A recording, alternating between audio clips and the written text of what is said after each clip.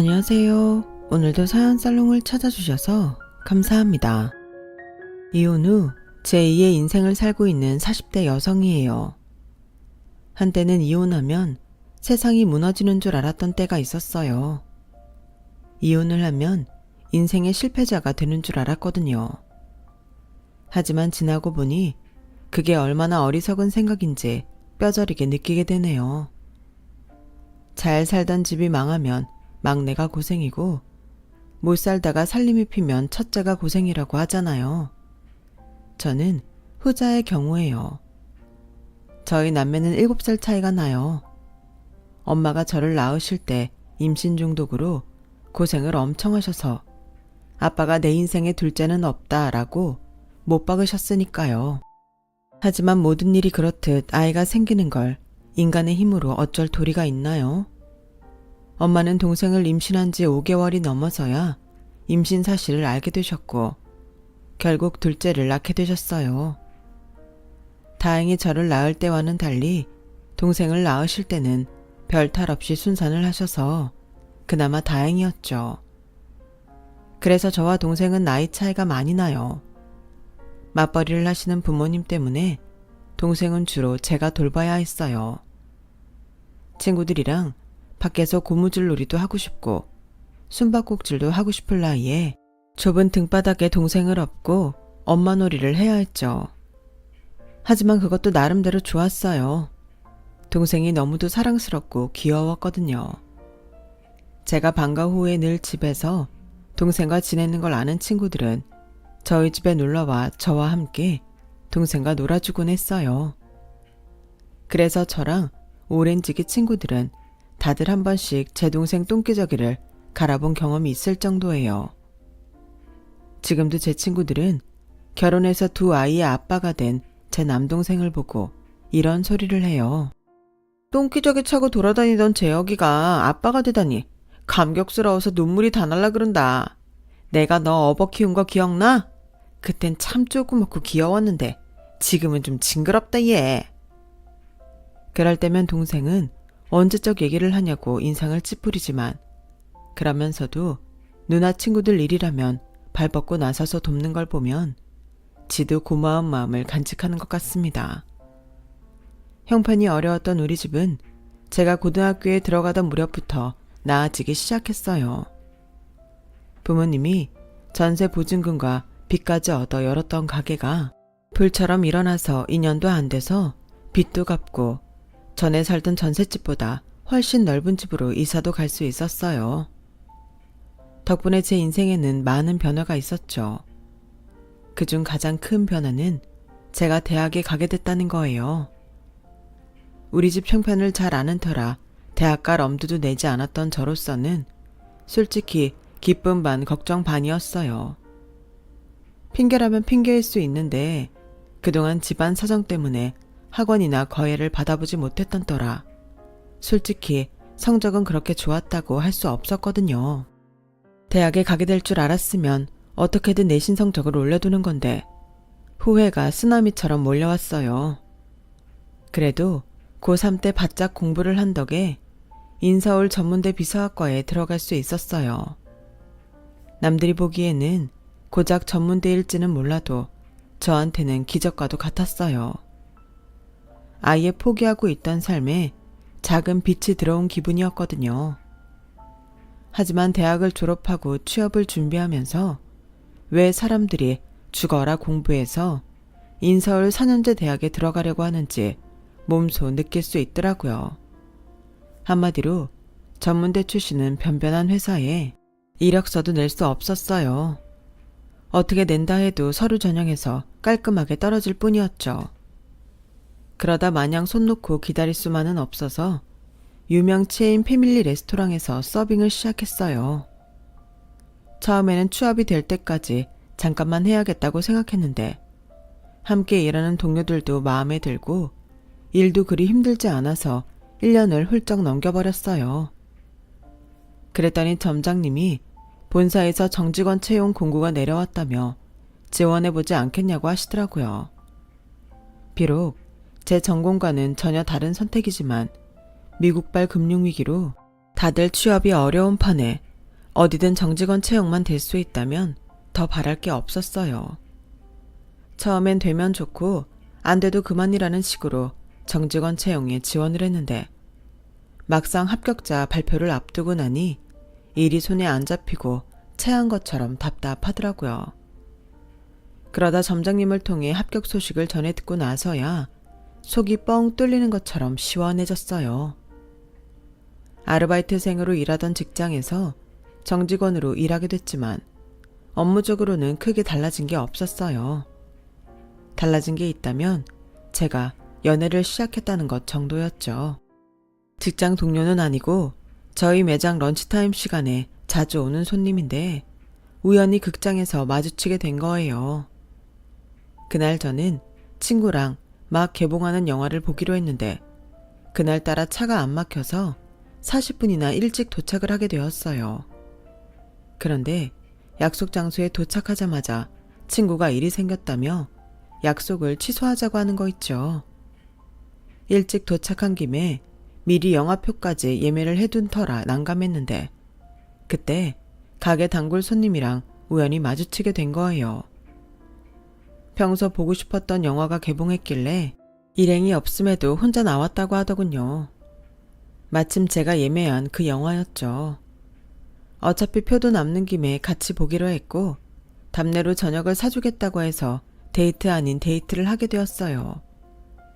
얘기를 들어보니 직장이 저희 매장 근처에 있다더라고요.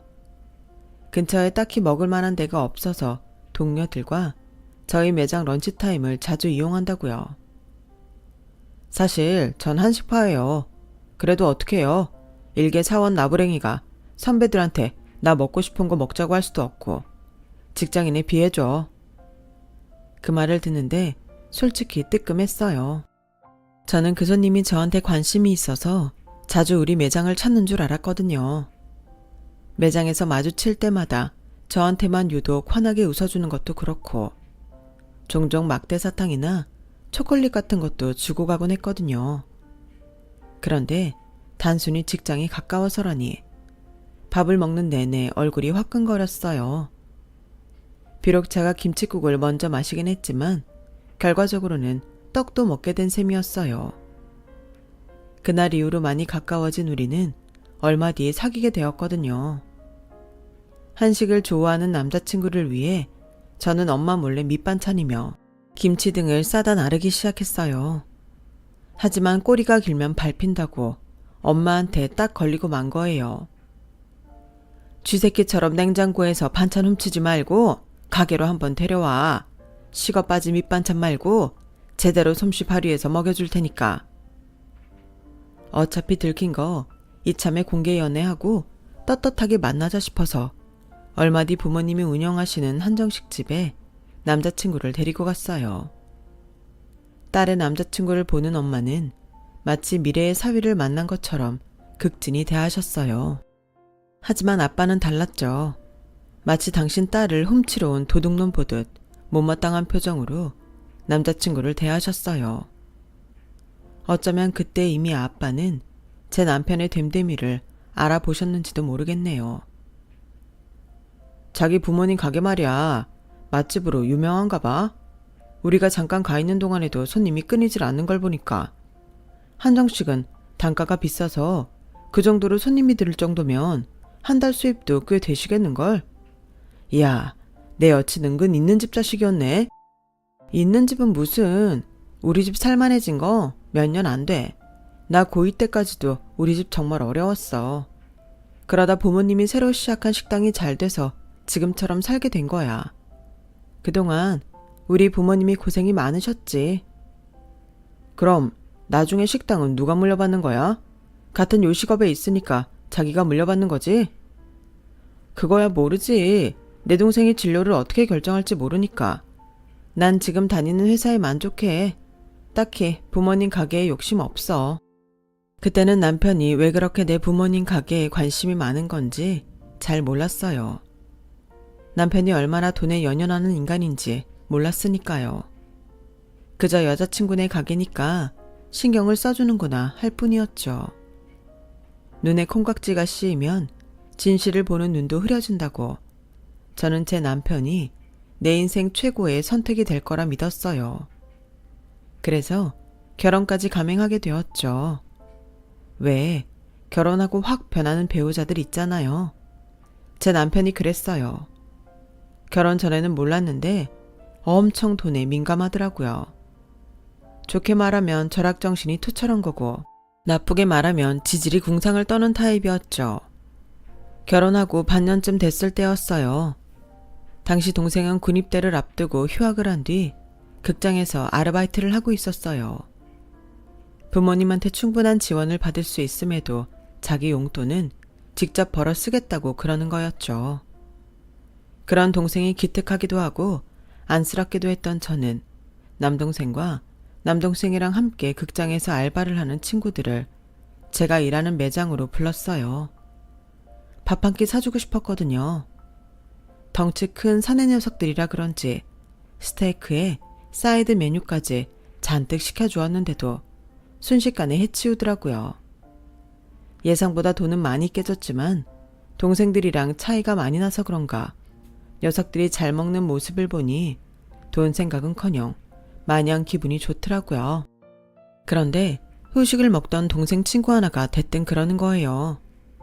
누나, 비싼 스테이크까지 사주셔서 맛있게 잘 먹긴 했는데요. 매형이 알면 뭐라고 하지 않을까요?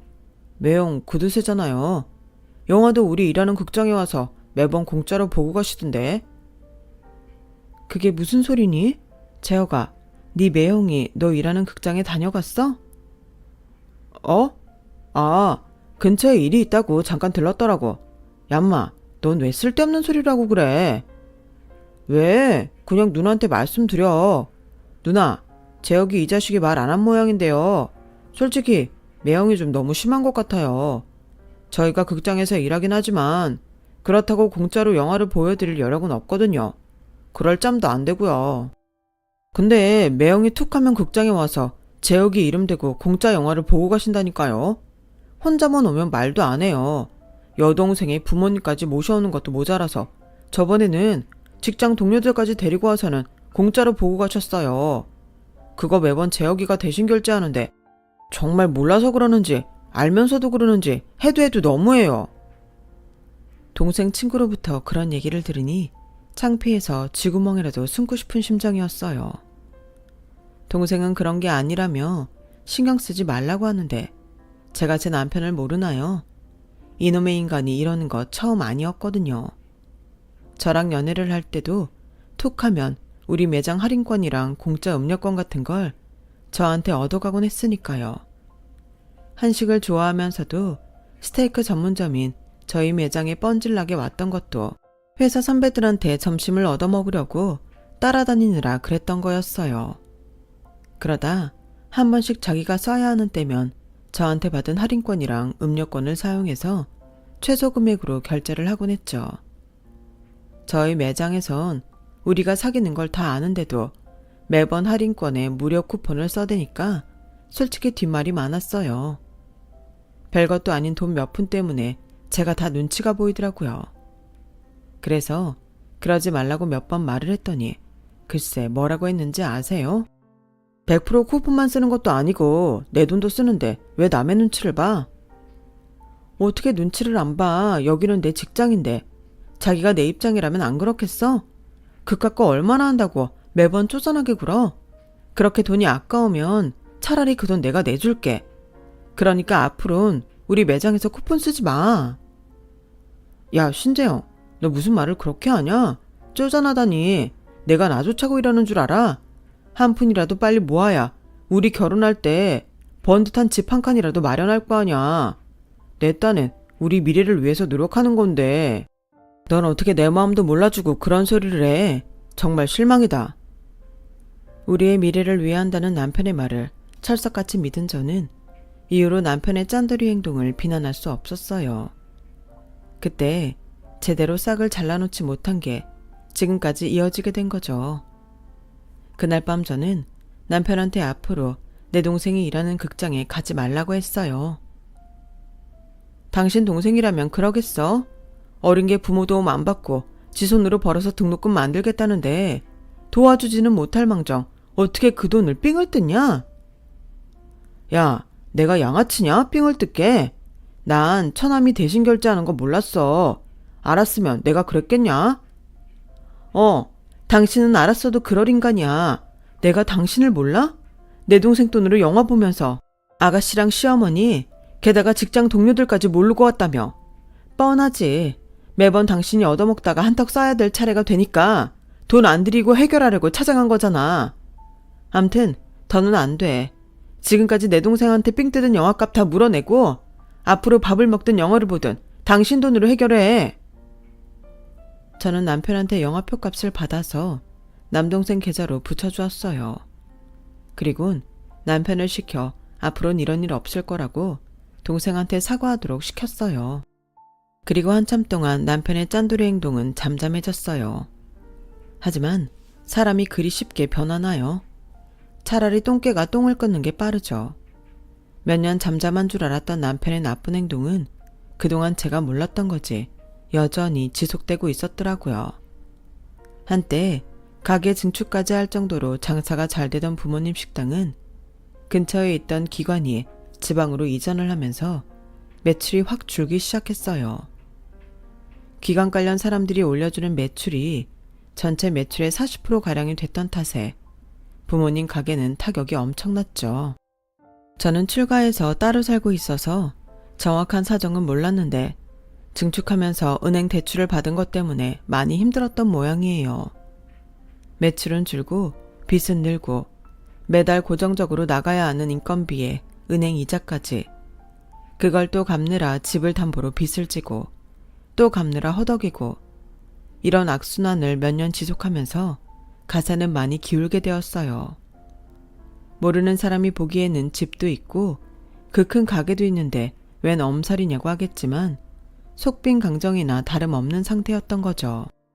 딸인 저는 그것도 모르고 가게 매상에 좀 떨어졌나 보다 생각하는 정도였어요. 그런데 하루는 퇴근 후 남편이 그러더라고요. 여보, 내가 이런 말하긴 좀 그렇지만 장인어른 가게 말이야.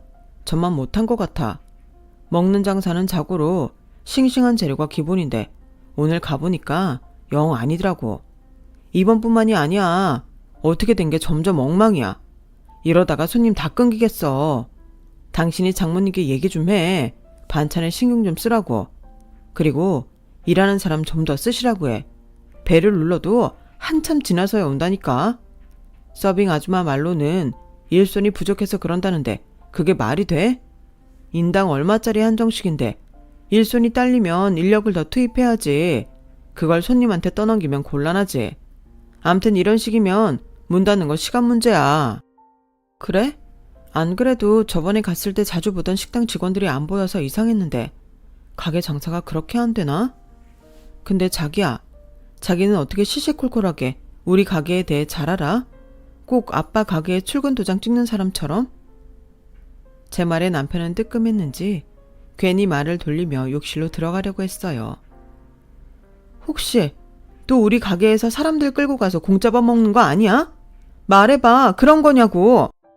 아니야, 접대차 몇 번 가긴 했지만 돈 내겠다고 카드까지 내밀었어. 장인어른이 안 받겠다고 하도 그러셔서. 아, 인간아, 넌 왜 그러고 사니? 자기가 퍽도 돈 내려고 했겠다. 돈 안 받을 거 뻔히 알고 거기로 간 거면서. 당신 솔직히 말해. 장인 가게 문 닫는 게 걱정되는 게 아니라 앞으로 공짜밥 못 먹게 될까봐 그게 걱정되는 거지? 어쩜 사람이 이렇게 구질구질하냐? 어떻게 나이를 먹고도 철이 안 드냐고. 더 들 것도 없어. 그동안 공짜밥 먹은 돈 당장 물어내. 물어내라고. 그날 밤 저는 남편과 부부싸움을 했어요. 남편은 한두 번 갔을 뿐이라고 했지만 다음날 제가 가게에 전화해 직원한테 물어본 바로는 남편의 무전취식은 우리가 결혼한 이후 거의 매달 그래왔더라고요. 가게가 잘 될 때는 이 집 사위니까 그러려니 했지. 근데 하루에 손님이 몇 테이블 안 되는 날까지 일행까지 몰고 와서 공짜밥을 먹으니까 솔직히 좀 얄밉더라고. 안 그래도 내가 몇 번 재영이 너한테 말하려고 했는데 사장님이 한사코 말리시니 어쩌겠어. 미우나 고우나 내 딸 자식이랑 사는 사위인데 그깟 밥값 몇 푼 때문에 빈정상하게 하면 되겠냐고 그러시더라. 그나저나 재영아, 가게도 가게지만 사장님 건강이 많이 안 좋으셔. 너랑 재혁이한테는 말하지 말라고 하셨는데. 에휴, 병원에선 가망이 없다고 그러나 봐. 어쩌니? 아빠가 저희 남매 몰래 병을 감추고 계신다는 사실을 알게 된 이상 남편의 공짜 밥 사건은 문제가 아니었어요. 그 길로 바로 부모님 가게로 달려갔어요. 불과 한 달 남짓 사이 아빠는 살이 엄청 빠져 있더라고요. 몰골도 말이 아니었고요. 직장일이 바쁘다는 핑계로 한 달에 하면 찾아뵐까 말까 했었는데 이렇게 무너진 아빠를 보니 자식 노릇도 제대로 못한 제 자신이 원망스러웠어요. 그런 주제에 공짜밥 먹는 남편 탓을 할 일이 아니었죠. 아빠, 어떻게 된 거예요? 병원에서는 뭐래요? 정말 가망이 없대요? 아빠 얼굴을 보자 쉴 새 없이 질문을 퍼붓는 저를 아빠는 자리에 앉히셨어요. 재영아, 아빠 그렇게 쉽게 안 죽는다. 너도 알잖아. 아빠가 얼마나 강한 사람인지. 나 신대만이 지금껏 살면서 죽을 고비도 숱하게 넘기고 춥고 배고픈 것도 다 이겨낸 사람이다. 그렇게 쉽게 안 꺾여. 그러니까 아빠 걱정하지 말고 네 인생부터 생각해. 아빠는 아빠 인생 살면서 열심히 싸울 테니까 넌 너 자신을 위해서 싸우고 살아. 우리 딸 밥은 먹었어? 아빠가 뽁닭장 맛있게 끓여줄까? 너 한여름에 입맛 없을 때고 뽁닭장 하나면 밥 2그릇은 뚝딱 했잖아. 가만히 있어봐라. 오늘 호박잎도 들어왔을 텐데 호박잎도 좀 쪄줘야겠다. 여보, 호박잎 남아있지? 아빠는 저를 안심시키며 저 먹일 음식을 하신다고 주방으로 들어가셨어요. 아빠를 붙잡으려는 저를 엄마가 말리시더라고요. 놔둬라. 아빠가 언제 또 너 먹일 뽁닭장을 끓일 수가 있겠니? 그러니까 아무 소리 말고 먹고 가. 아빠는 엄마가 책임지고 돌볼 테니까. 네 아빠가 니들한테 비밀로 하라고 해서 그동안 말 못했다. 진작 말 안 해줘서 서운하지? 부모 마음이 그런 거다. 내 몸 아픈 건 참을 수 있는데 내 새끼 마음 아픈 건 정말 못 참겠거든. 그러니까 아빠한테 더는 뭐라고 하지 마. 부탁이다. 엄마는 어느 정도 아빠의 마지막을 받아들이는 모습이었어요. 병원에서도 더는 할 수 있는 게 없다고 하는 판이니 차라리 살아있는 동안 아빠가 원하는 대로 살 수 있게 돕는 게 방법이다 생각하신 거죠. 부모님 가게는 그 후로 몇 달 뒤 폐업을 하셨고 가게를 정리한 돈으로 직원 월급과 약간의 퇴직금 그리고 은행 빚을 정리하셨어요. 살던 집도 팔고 작은 빌라로 이사를 하셨죠. 그리고 아빠는 이사를 하고 한 달여쯤 지나 세상을 떠나셨어요. 장례기간 내내 의연하게 아빠의 죽음을 받아들이셨던 엄마는 장례식이 끝나자 마치 혼이 쏙 빠진 사람처럼 그대로 푹 쓰러지셨어요. 먹는 것도 싫다 하시고 그저 자리 보존하고 누워만 계셨죠. 남동생이 곁에서 보살피고는 있지만 그래도 엄마가 걱정되는 건 어쩔 수 없었어요. 그래서 출근 전과 퇴근할 때 친정에 들러 엄마 상태를 확인하고 오곤 했죠. 그러던 어느 날이었어요. 남편이 몸아려운 개처럼 끙끙대며 제 눈치를 보더라고요. 뭔데? 말해. 나한테 할 말이 있어서 그러는 거잖아. 저기 여보. 그 아버님 장례식 때 들어온 조의금 말이야. 그게 생각보다 액수가 꽤 크더라고. 아버님이 가게를 크게 하셔서 그런가 보통 마당 말이 아니셨나 봐. 그래서 말인데 그 돈 우리가 관리하면 어떨까? 어차피 어머님 들어도 지금 제정신이 아니라서 관리 잘 못하실 거야. 뭐? 그럼 그걸 아직 당신이 가지고 있었던 거야? 조의금은 진작에 재영이한테 줬어야지. 그걸 왜 당신이 가지고 있어? 여보, 따지고 보면 이건 아버님이 주신 유산이나 다름없는 거야. 근데 왜 처남한테 다 줘야 되는데?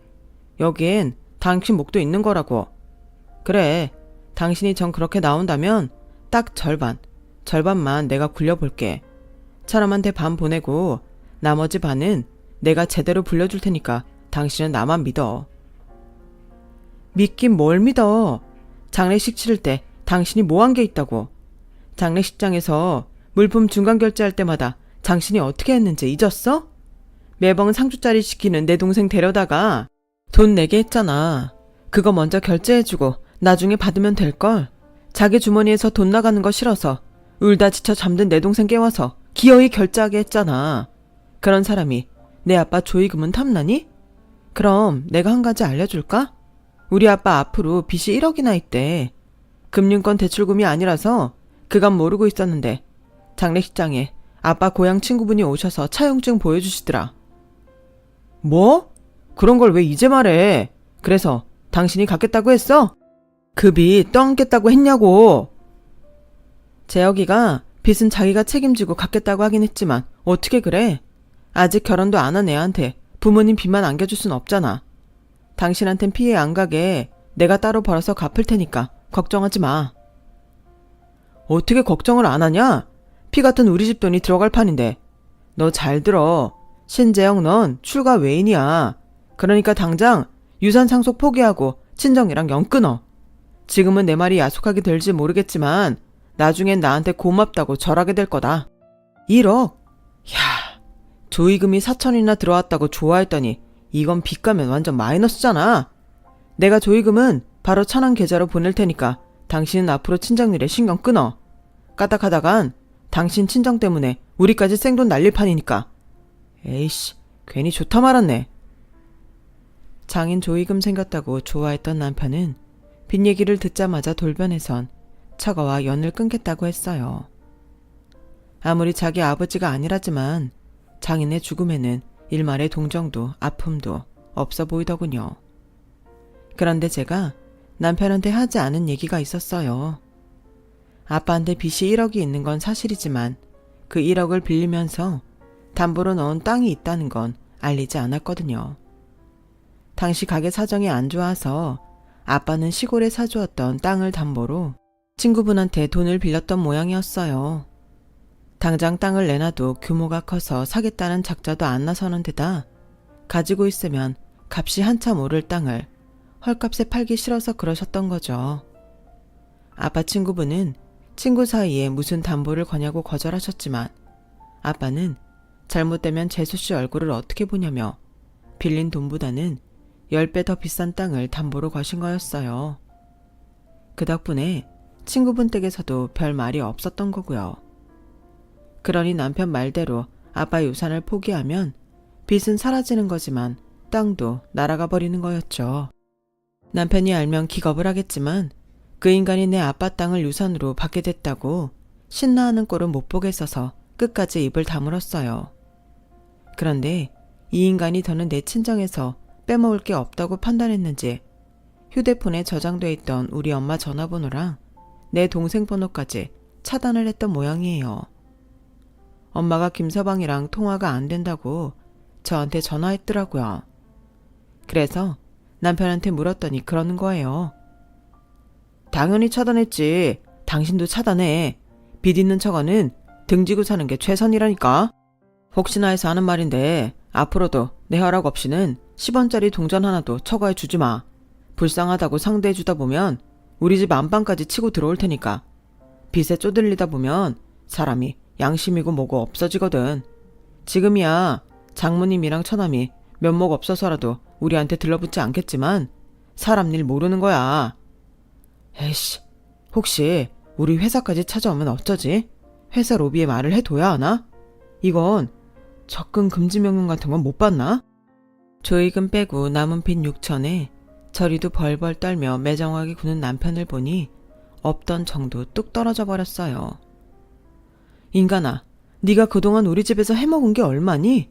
우리 결혼할 때 우리 아빠한테 돈 빌려서 이 집 얻는데 보탠 건 기억 안 나?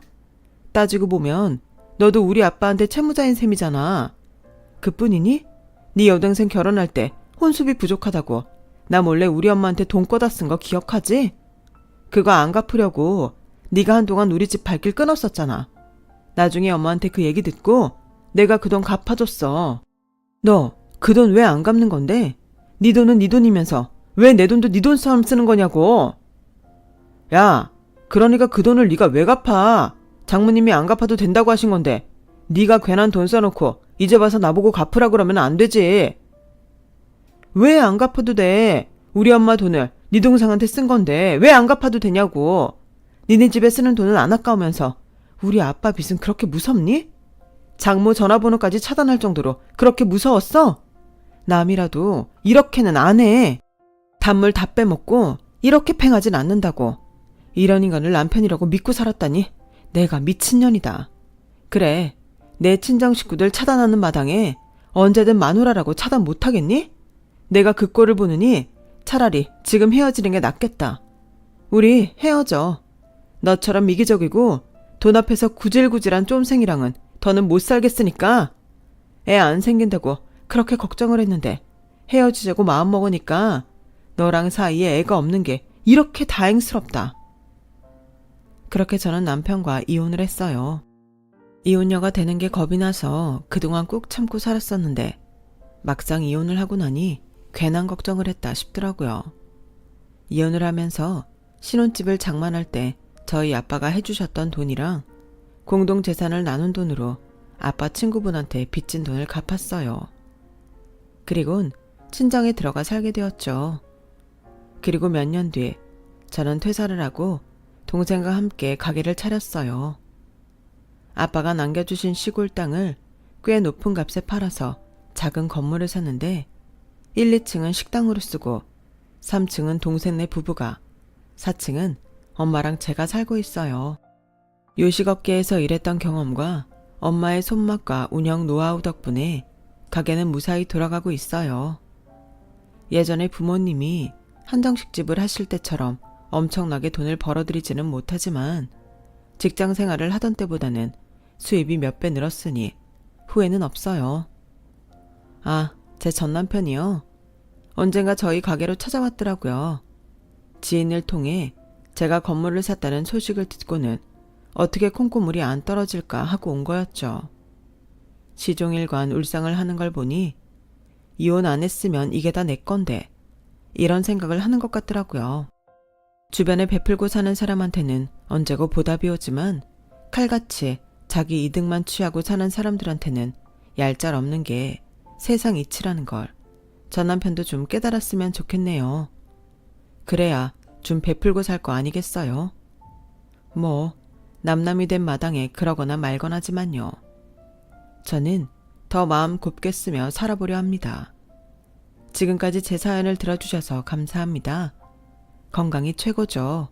항상 건강하시고 행복하세요. 여러분, 사연 댓글에 응원과 현명한 조언 부탁드려요. 좋아요와 구독은 저에게 큰 힘이 됩니다. 오늘도 좋은 일 가득하세요.